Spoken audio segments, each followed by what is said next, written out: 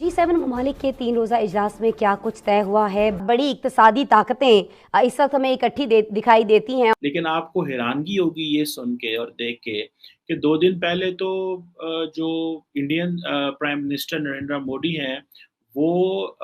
जो चाइना ने एक high level dialogue on global development करवाया है,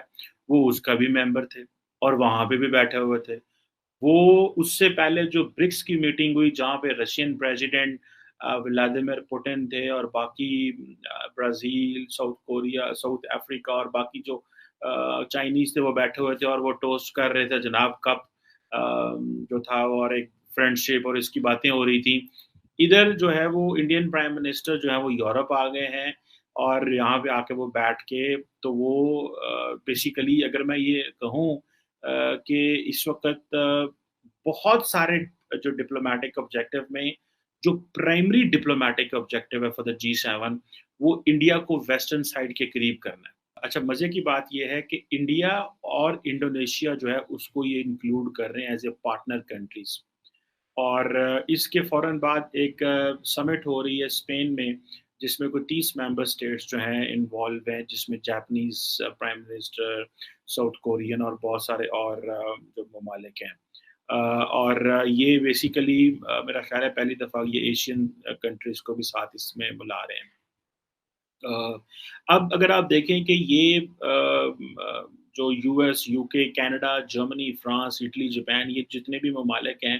along with this European union as well, ये इन चीज़ों पे काम कर रहे हैं जहाँ पे वो समझते हैं कि हमें किस तरह इस वक़्त रशिया को जो है वो एंगेज करना है। किस तरह रशिया से जो है वो रशिया के अगेंस्ट एक नैरेटिव बनाना है और चाइना के अगेंस्ट भी नैरेटिव बनाना है। And I am telling you with the full जो एक अंडरस्टैंडिंग के साथ और ख़ास तौर पे यूक्रेनियन जो यूक्रेन की वॉर है उसके ऊपर वो जो इसको बड़ा करीब करना चाहते हैं। इंडिया ये तो कहता है कि जी ठीक है जंग नहीं होनी चाहिए और इस तरह नहीं होनी चाहिए, लेकिन इंडिया जो है वो जिस तरह एक वेस्टर्न ब्लॉक में इतना करीब हो गए, देखिए चाइनीज़ इतने करीब नहीं है जितना इंडिया करीब है। इतने करीब होके ज़ाहिर-सी बात है वो जो काम कर रहे हैं जो कि मैं समझता हूँ कि बहुत बड़ी उनकी कामयाबी है कि वो ब्रिक्स में भी थे, वो high level global dialogue on development जो कि जिसको चाइना इनिशिएट कर रहा है। अब चाइना और इंडिया के मामलात बताने की ज़रूरत तो नहीं है ना मुझे कि उनके आपस में क्या मामलात हैं either in terms of security और इकोनॉमी अक्सर मैं उस प्लेटफ़ॉर्म पे बात करता रहता हूँ। अब जो है वो जो है ना नरेंद्र मोदी साहब जो हैं जंपियाँ डाल रहे हैं जो बाइडेन के साथ भी डाल रहे हैं, एमेनुअल मैक्रोन के साथ भी डाल रहे हैं, जस्टिन ट्रूडो के साथ भी डाल रहे हैं एंड आप उनकी फ्रैंकनेस और लेवल चेक करें और यहाँ पे जिस तरह आज मैं कह रहा था कि जो चाइनीज़ हमारे दोस्त हैं, वो सानू अपने उन्होंने जो हाई लेवल डेवलपमेंट डायलॉग बुलाया उसमें हमें बुलाना छोड़ गए हैं। सो कश्मीर कहाँ पे रह गया, डायलॉग कहाँ पे रह गए, चीज़ें कहाँ पे रह गई, ये बहुत बड़े बड़े पैमाने पे जो पाकिस्तान को जैसे डीप थिंकिंग है ना, वो करने की ज़रूरत है। This is what I believe in. अब इसीलिए फॉरेन मिनिस्टर बिलावल ने कहा था कि we are deeply disengaged with the world और अब ये जो चीज़ें हैं कि क्या इंडिया को वो एंगेज कर पाएँगे कि नहीं कर पाएँगे, ये एक इम्पोर्टेंट क्वेश्चन है। अमेरिका जो है वो बार-बार ये कह रहा है जनाब कि हम जो है वो 200 अरब डॉलर जो है इकट्ठा करेंगे, हमने बेल्ट एंड रोड इनिशिएटिव का मुकाबला करना है। अभी भी इसमें ये जो अभी मुलाकात हो रही है, इसमें भी ये बात हो रही है कि वो कह रहे हैं कि हम प्राइवेट एंड पब्लिक फंड जो हैं, अगले 5 सालों में इकट्ठा करना चाहते हैं, ताकि हम इंफ्रास्ट्रक्चर डेवलपमेंट की बात कर सकें। अच्छा, अगर आपको याद हो जो G7 की मुलाकात if I am not wrong London में हुई थी ग्लासगो में हुई थी जहाँ पे ये सारे एनवायरनमेंट के हवाले से बात हुई और नरेंद्र मोदी वहाँ पे गए, सारे गए। वहाँ पे इन्होंने एक इनिशिएटिव दिया था build back better world W3 something like this B3W और BW3 B3W I think build back better world के नाम से जो इन्होंने एक इनिशिएटिव दिया था। अब उसमें इन्होंने बड़ा पैसा लगाने की बात की कहा जी कि हम तो 40 अरब डॉलर उसमें उस वक़्त आई थिंक मुझे याद नहीं है या हम इतना जो है वो पैसा इकट्ठा करेंगे, लेकिन अभी वो कह रहे हैं कि नहीं हम 200 अरब डॉलर की बात कर रहे हैं, लेकिन चाइनीज़ वर पुटिंग समवेयर अराउंड $1 ट्रिलियन की इन्वेस्टमेंट है इन दिस बीआरआई। लेकिन मुझे ऐसे लग रहा है कि जितने इस वक़्त सारे वेस्टर्न ममालिक परेशान हैं इन टर्म्स ऑफ इन्फ्लेशन और इन चीज़ों से, क्योंकि अगर आपको याद हो कि जो जो मेजर डिस्कशन इस वक़्त होनी थी यहाँ पे इधर इस कॉन्फ्रेंस में, वो तो होनी थी बेसिकली कि जी हम जो है वो क्लीन एनर्जी पे किस तरह काम करेंगे। अच्छा, क्लीन एनर्जी पे ये काम करना चाहते थे, लेकिन प्रॉब्लम यहाँ पे आ गई कि जो चैलेंजेस आए उसको बिकॉज़ रशियन ऑयल की वजह से और दुनिया में तेल महँगा होने की वजह से वो जो बात कर रहे थे कि हमें इस सारे प्रोसेस को रिवर्स करना है, हमें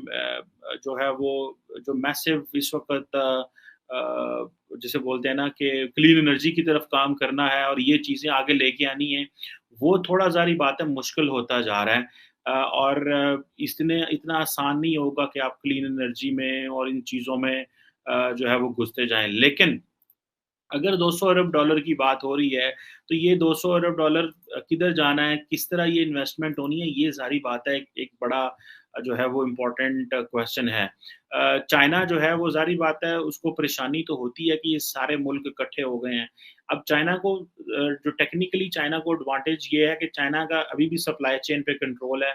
चाइना के ऊपर अभी भी सारे जो ममालिक हैं वो डिपेंडेंट है और चाइना जो है वो आज भी जिसे कहते हैं ना ग्लोबली वो ही शॉट्स खेल रहा है बिकॉज़ ये सारे लोग तो जितने अभी देखें कितना वल्नरेबल सारा सिस्टम था आज से 3 माह पहले बच्चों का दूध नापैद हो गया अमेरिका में और उनको पेंटागन को इन्वॉल्व करना पड़ा ताकि वो जो है वो यूरोप से जो है वो फ्लाई करेगा बच्चों का दूध अमेरिका पहुंचे। तो चाहे अमेरिका कितना डिपेंडेंट है दुनिया के ऊपर और सप्लाई चेन के ऊपर, ये सारी चीज़ें बड़ी रिसेंटली सामने आई हैं। अब ये जो बात कर रहे हैं कि G7 लीडर जो है वो partnership for the global infrastructure and investment करेंगे और जिसे मैं पहले कहा बिल्ड बैक बेटर वर्ल्ड करेंगे। अब ये इन्होंने इंट्रोड्यूस कराया था पहले बिल्ड बैक बेटर वर्ल्ड और अभी मेरा ख्याल है ये बात सोच रहे हैं कि अगर हम जो ग्लोबल इंफ्रास्ट्रक्चर एंड इन्वेस्टमेंट जैसे ये वर्ड्स हैं, क्योंकि क्लैरिटी नहीं अभी आ रही इन्होंने करना क्या है। उसकी क्लैरिटी ना होने की वजह ये है कि अमेरिका का इंडो पैसिफिक के लिए और प्लान है और यूरोप का इंडो पैसिफिक के लिए और प्लान है, जिसकी वजह से ये आपस में सारा टाइम कम्पीट करते रहते हैं और एक रशिया ने जंग शुरू की तो सारी जो अमेरिकन अटेंशन है वो तो यूरोप में आ गई और वो भूल गए कि हमें वहाँ पे भी कुछ करना है। सो अब जो बाइडेन साहब हैं वो एक जो जो कुछ प्रोजेक्ट्स यहाँ पे ज़ाहिर बात है इंट्रोड्यूस कराने आए हैं और इन टर्म्स ऑफ वो क्योंकि उनको पता है कि वो दे वांट टू लीड। जैसे जब प्रेज़िडेंट बाइडेन जो थे वो पावर में आए तो उन्होंने कहा कि अमेरिका इज़ बैक। वो जो अमेरिका इज़ बैक है और इस तरह की जो चीज़ें हैं ये बड़ी इम्पोर्टेंट थी कि इस पे किस तरह चीज़ जो है वो हो सकती है। अभी जो G7 में जो लाइकली पॉसिबिलिटी है क्लाइमेट चेंज की तो बात होगी, लेकिन मैंने आपको जिस तरह बताया कि क्लाइमेट चेंज में जो जर्मनी का मेन एजेंडा था कि क्लाइमेट चेंज पे बात करें, लेकिन वो जितनी इनको तेल की इस वक़्त ज़रूरत है ये तो क्लाइमेट चेंज की तरफ वो उस तरह जा भी नहीं सकते, अटेंशन भी नहीं और रिसोर्सेज़ भी नहीं कर रहे, इन्फ्लेशन बढ़ गई है, एक्स्ट्रा पैसा लगाना पड़ रहा है, तो ये चीज़ें हैं। ग्लोबल हेल्थ की बात करते हैं, ये बहुत बड़े लॉन्ग टर्म एजेंडे हैं, फिर जेंडर इक्वालिटी हो गया। हाँ, डिजिटल इंफ्रास्ट्रक्चर भी is a part of the national security because जिस तरह आपको पता है कि अमेरिकन चाहते थे कि जो G5 है, वो ब्रिटेन ना ले या बाकी यूरोपियन ममालिक ने या चाइनीज़ जो हुआवे कंपनी है, वो इसमें ना इन्वेस्ट करें because that is not going to be very